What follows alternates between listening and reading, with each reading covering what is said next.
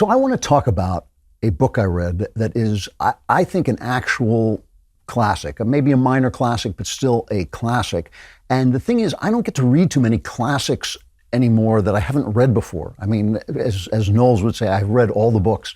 And so it's rare that I come upon a book and just think, wow, I have never read that. But there was a reason I never read it. This is the third book in the C.S. Lewis Space Trilogy, which has the terrible title, That Hideous Strength. One thing I like about the book is it made me feel better about the title of my book, Werewolf Cop. I thought, like, well, if he can call a book That Hideous Strength, Werewolf Cop is actually not as bad. But I don't like C.S. You obviously know, if you listen to the show, that I really love C.S. Lewis, and I think he's one of the great minds of the 20th century, possibly one of the central philosophers who was kind of swept aside by the lies, by the Freuds and the Marxes, and the people who put forward materialism and pushed materialism on the elites who wanted materialism to be in place. And C.S. Lewis stood against that, so he was kind of sidelined even as the people loved him, and even as they kept reading him. But I've never liked his fiction. And I know people who just love The Lion, the Witch, and the Wardrobe and the Narnia stories and all this stuff. But to me, they suffer from the fact that they have God in them. So in the Narnia books, the lion is Jesus. So the lion solves everything. So the books start off with these really cool fairy tale premises, and then the lion comes on and everything's solved. And just every word that comes out of the lion's mouth is absolute truth. It's not like Gandalf where it's kind of mysterious and wizardly and you're not sure what he's saying. It's just basic theology. And so I've never really liked his fiction. I love his nonfiction, and I love the fiction that is kind of a parable, like the Screw Tape Letters or The Great Divorce, that kind of stuff is really not a story of fiction. It's kind of just a dream, a parable, a way of promoting his theology. But a guy who works at the Daily Wire, a guy named Colton Haas, I have no idea what he does. I don't think anybody really knows what he does for a living. I don't think Colton really knows what he does for a living. We've tried to keep him out. He just keeps wandering back in. But he said, you really got to read this. And I thought, all right. And so I picked up the first two books, Out of the Silent Planet and Perelandra. And, they're the same kind of thing. They're really theology as fiction. So as a fiction writer, I read them and I thought, well, it's good theology. C.S. Lewis always has the best theology, but it's not really good fiction. And the trope is basically that the salvation narrative is playing itself out on the planets. So the guy visits different planets and different parts of the salvation narrative are playing out, and it's playing out in different ways. And the guy's name is Ransom, so he's related to Jesus, who's the ransom for the world and all this. But the last one, which was published in 1945, the end of World War II, That Hideous Strength, takes place on Earth, and it is very, very different.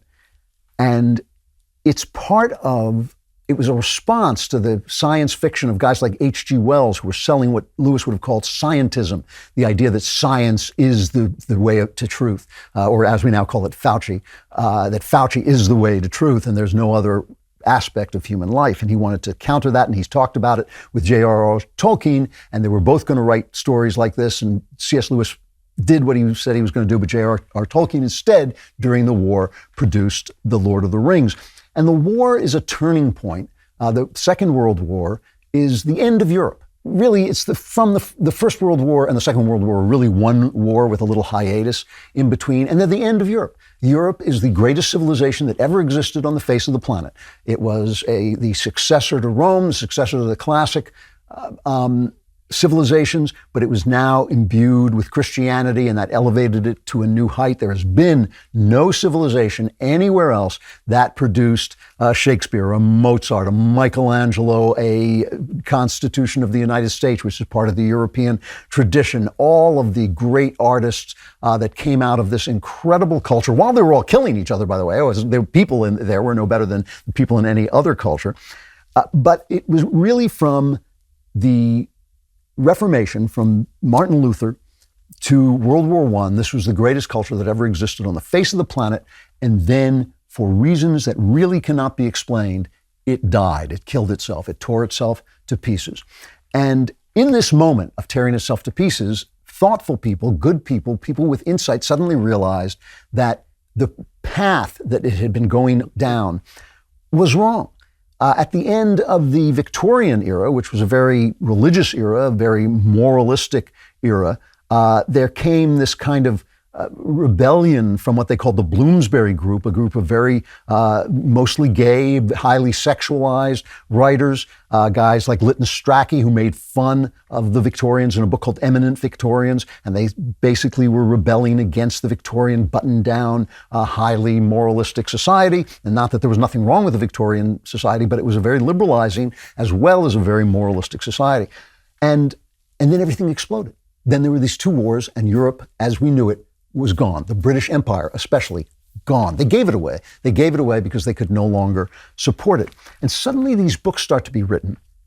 Ross Douthat of the New York Times writes about this in his book, Bad Religion, where suddenly people started to come back to faith because they had seen something terrible. And he starts the book with the story of W.H. Auden, one of the great, I would say the bottom level of great British poets, but still a great British poet. There's nothing to shake your fist at. And he was a gay guy, openly gay, and he came back to Catholicism. He said the novel and shock of the Nazis and the blitheness which with Hitler's acolytes dismissed Christianity on the grounds that to love one's neighbor as oneself was a command fit only for effeminate weaklings pushed him back into Christianity. He said, if, as I am convinced, the Nazis are wrong and we are right, what is it that validates our values and invalidates theirs? And the answer to it was Christianity. And you get these wonderful kind of minor end of an era novels coming up out of this dying Britain, this dying British Empire, like Brideshead Revisited by Evelyn Waugh, Tiger in the Smoke. I'm sure you've never read Tiger in the Smoke. You should read it. It's a wonderful thriller by Marjorie Allingham. It's dated, but it's still terrific. That came out. End of the Affair by Graham Greene, and of course, Lord of the Rings. And this was C.S. Lewis's, this trilogy was C.S. Lewis's contribution to these classic books in which you could say that with the British Empire falling away and with Europe dying, all that was left was the spirit, this kind of little orb of light that had powered these nations into the greatest culture that had ever existed on earth. So the culture fell away and only this orb of light was left. When the culture was at its peak, when it hit peak moments, that orb of light simply suffused it. So Shakespeare, who was one of the greatest Christian writers ever, he almost never mentions Christianity because Christianity infuses his plays. His plays are simply expressions of the Christian worldview without ever having to say, oh, this is the Christian worldview. It was just there. He couldn't say it because you could get yourself killed by putting forward any theology, but still it meant he could create a world that we recognize as a Christian world, a world in which the moral law can only be bent so far before it snaps back and condemns you.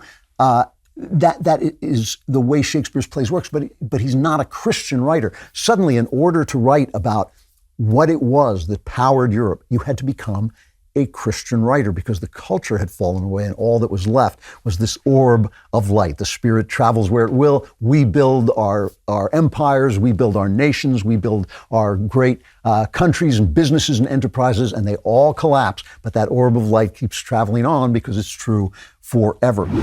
All right, we'll get back to that in a moment. But first, look what I got. You're going to love these. These are Kamikoto knives and cutware. I really do like nice cutware, and this is beautiful. Kamikoto makes great Japanese steel kitchen knives using traditional techniques from Japan. It comes in this great ashwood box. They only use steel that comes from mills in Japan. Absolutely beautiful and not that expensive either. It really is, you can really get good deals in this. Kamikoto is currently having a massive sale. You can get an additional $50 off any purchase you make with discount code Klavan. Click the link below or go to kamikoto.com/Klavan and use promo code Klavan to save an extra $50 today. These are really nice. They're really beautiful, and you can get them on the cheap if you use that code Klavan. Bet you want to know, right? How do you spell Klavan? Ha! Ha! Would I tell you? Yeah, I'll tell you. It's Klavan. There are no E's in Klavan. I just make it look this easy. That Hideous Strength, this novel by C.S. Lewis. And by the way, I should say, a lot of people have told me they find this book hard to read. I didn't, but they found it dense and hard to read and didn't move fast like a thriller. It is so prophetic. It is such a description of our time. This is 1945, so I can't do the math, this is like over 75 years ago. It is a perfect description of what's happening now. It is about a demonic takeover of England. Listen to this. It starts at a university. The progressive element comes into the university and lures people in by making them want to be included in the hip set. It is incredibly realistic. The people who reject the progressive element are sort of pushed aside, and they're not prepared for the ruthlessness of the progressives. So it's just like today. The organization behind this demonic takeover is called the National Institute for Coordinated Experiments. It's called NICE. And if you think of Black Lives Matter or anti-fascists, Black Lives Matter destroying black lives, anti-fascists who act exactly like fascists, wearing masks, dressing in black, beating people up when they don't agree with them, when they won't say what they want to say. And everybody's saying, yes, but they're nice. They're anti-fascists. Yes, but they're Black Lives Matter. Don't Black Lives Matter? So it's called NICE. It's exactly like today. NICE, how does NICE comes into a university town? It defunds the police and replaces them with private security and then sets off riots so that the private security can arrest and capture people who do not agree with essentially the devil. The devil is coming to town. One of the heroes of the book is a lady named Jane Studdick, a very attractive young housewife who is bedeviled by her feminism. Her marriage isn't working, and she keeps feeling she should get back to her academic work. She wanted to be a professor, but she's alienated from that, but she's also alienated from her feminine self as a wife. She feels that the idea that she might owe obedience to her husband, submission to her husband, that just repels her. The idea that she might be asked to take a sacrificial attitude toward being a woman offends her. She doesn't want anything she keeps saying, I don't want things to intrude on her life, which of course is the nature of being a woman. Babies intrude on your life. Husbands intrude on your life. They all want to be taken care of. You know, guys who belittle women, who like to talk down to women or talk about women as if they don't matter. They're always saying, hey, go on and make me a sandwich. Never be fooled by that. Make me a sandwich is the way that men said they express their hunger for love. They are desperate for a woman's love. They're desperate for women to take care of them. They depend on women taking care of them. That's what make me a sandwich means, okay? But they don't want to express the vulnerability about it, so they think it makes them tough guys, so they put it in that way. Now, on the demonic side, the main woman is a lesbian sadist who likes to torture young girls. So this is a fierce book. I mean, there are scenes in this that are seriously horrific. I should warn you about that too. They are seriously horrific. It is not what you expect from C.S. Lewis. But that's the female on the other side has just completely gotten rid of femininity, and she's clearly a lesbian. She's clearly a sadist. And so Jane is trying to bring her relationship with her husband back to life, her husband Mark back to life. And at one point, as she starts to suspect that maybe there's a God because she's kind of left all this behind, she starts to have a new vision of what it means to be objectified as a woman. You know, the feminists are always attacking objectification. She thinks religion ought to mean a realm in which her haunting female fear of being treated as a thing, an object of barter and desire and possession, would be set permanently at rest, and what she called her true self would soar upwards and expand in some freer, purer world. But, what if one were a thing after all? A thing designed and invented by someone else and valued for qualities quite different from what one had decided to regard as one true self. Supposing all those people who infuriatingly had found her sweet and fresh when she wanted them to find her interesting and important, what if they had all along been simply right and perceived the sort of thing she was? The purpose of the godly is to see themselves through God's eyes. And you've heard me talk about how Jesus is teaching us. That is what he's teaching us, is how to see ourselves through God's eyes. This book is so much like today. It is so, if you don't recognize the news in this book, you're not reading it right. It is this book. And one of the things the science fiction fantasy writer Ursula K. Le Guin said was that science fiction writers don't write about the future. What they do is they write about the present, and they extrapolate essentially the present into the future. And that's why this book is so amazingly right in its depiction of how the devil takes over. I mean, I was watching during this Supreme Court thing where they're arguing about abortion, outside the pro-abortion women are shouting abortion pills forever, and they're popping abortion pills, and they're these degraded, these poor, sad, degraded women who think that abortion makes them free. They think that they can take the womb and remove its purpose, and that will free them from the slavery of the womb. But of course, it just turns them into monsters and to fools who are enslaved essentially by their flesh. The villain of That Hideous Strength, this wonderful, wonderful C.S. Lewis novel, is objectivity. That is the opposite of what the godly people are fighting for. The bad guys are fighting to teach objectivity. And Jane's husband, Mark, is being lured in by the devil, and they try to teach him to become objective. And they put him in a room, and in the room, everything's just a little bit off. And they say to him, motives are not the causes of action, but it's byproducts. In other words, what your heart is telling you is just an effusion of physical facts. You know, if you read Yuval Harari, the guy who wrote Homo Deus, one of Bill Gates' favorite writers, he says we never react to events in the outside world, but only to sensations in our own body. Nobody suffers because she lost her job, or because she got divorced, or because the government went to war. That's not why you suffer. The only thing that makes people miserable is unpleasant sensations in their own bodies, which are caused by chemicals. And that's objectivity, is taking away the human experience, right? The human experience is just an illusion created by flesh. And you know, in the Bible, St. Paul is always saying, play to the spirit, not to the flesh. What the objectivity people are saying is play to the flesh, not to the spirit. You think it's going to set you free. You think it's going to set you free to say, oh no, George Floyd's not a criminal.